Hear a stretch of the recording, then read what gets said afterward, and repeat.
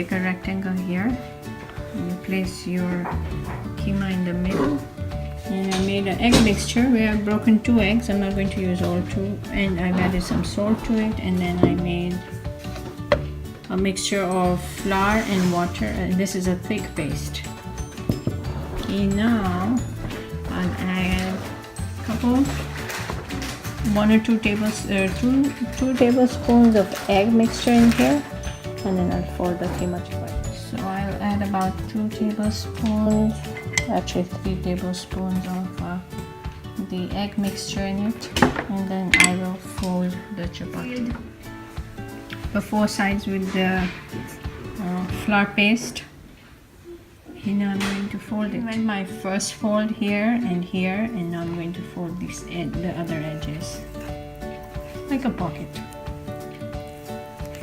There we go.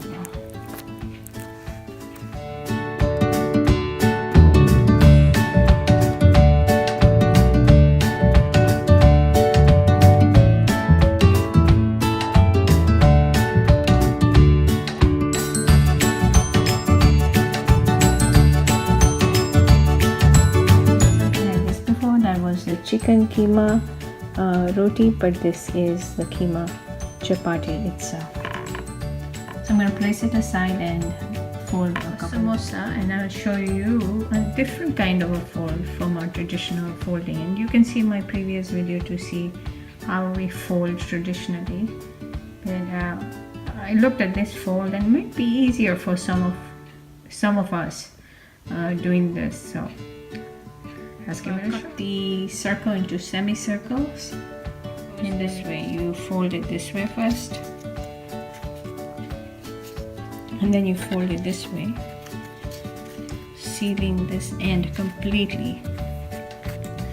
And we will glue it down right under here to the point where there's no hole left here. So I'll stop videoing and I will glue it. The edge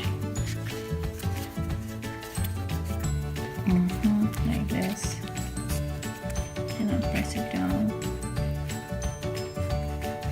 This is what it looks like from inside. It forms a cone, and I'm going to fill this cone. Filled it up with about 1.5 about 2 tablespoons, a little more than 2 tablespoons. So this is going to be quite a small samosa, and now I'll start gluing the other flap. So here I glued it on this side, and I'm going to gently tuck it in and fold it up. And some of you may find this method easier. It is actually easy, it's not very difficult. But yeah, and we have a samosa. It's not a very big one, but it is a cute one. So put it in the there goes my keema chapati and my samosas. I just wanted to show you a new fold, and you can always go back to my old videos to see how the fold is done in a traditional way. And these are my extra extra samosa chapatis, which I'll wrap in foil and put them in the fridge and then use them later. As you begin making the samosas for Ramadan, do them in small batches if you're doing it by yourself. Otherwise it can get very, very tiring. So we're going to fold them up in some foil, and then put them in the fridge and use them as soon as I get a moment.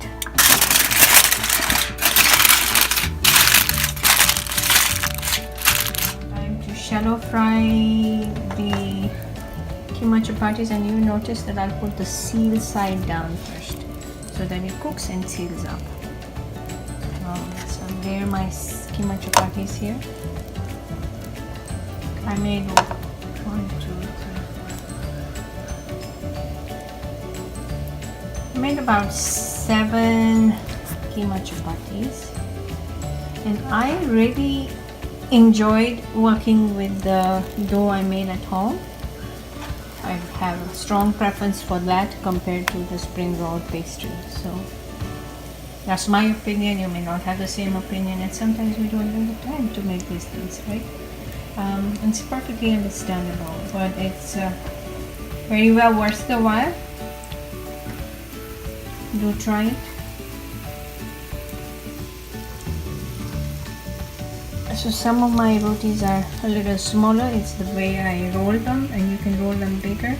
And another tip is, the thinner you roll them, the easier it will be to fold them. So I'm going to cook them on medium heat, 10 minutes on one side, 10 minutes on the other. I have these ones on the pan. I still have these ones which are lined up for frying, and I will also fry my samosas on the same frying pan. So I'm pressing them down with a spatula. Just flip the keema chapati on the other side.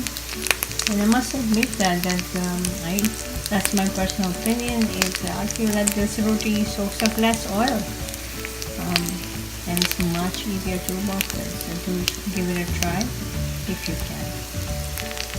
So press it down and put some pressure on all the roti.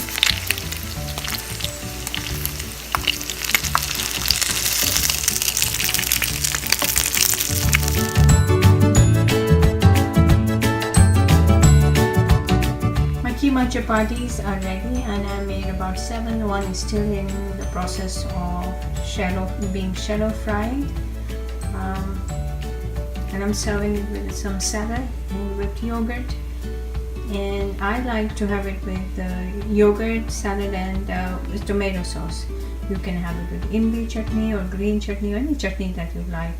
On the other hand, I have one of the keema chapatis frying and my samosas shallow frying.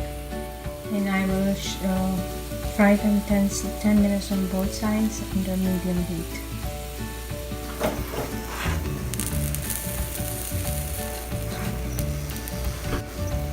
In the meanwhile, my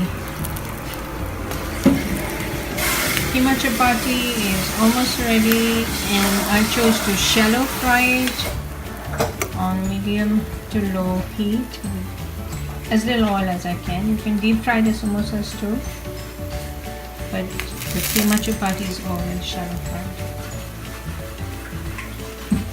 Again, I shallow fried them on 10 minutes on both sides, and that's how I turned the samosas with some lemon wedges, and our keema chapati is ready to serve.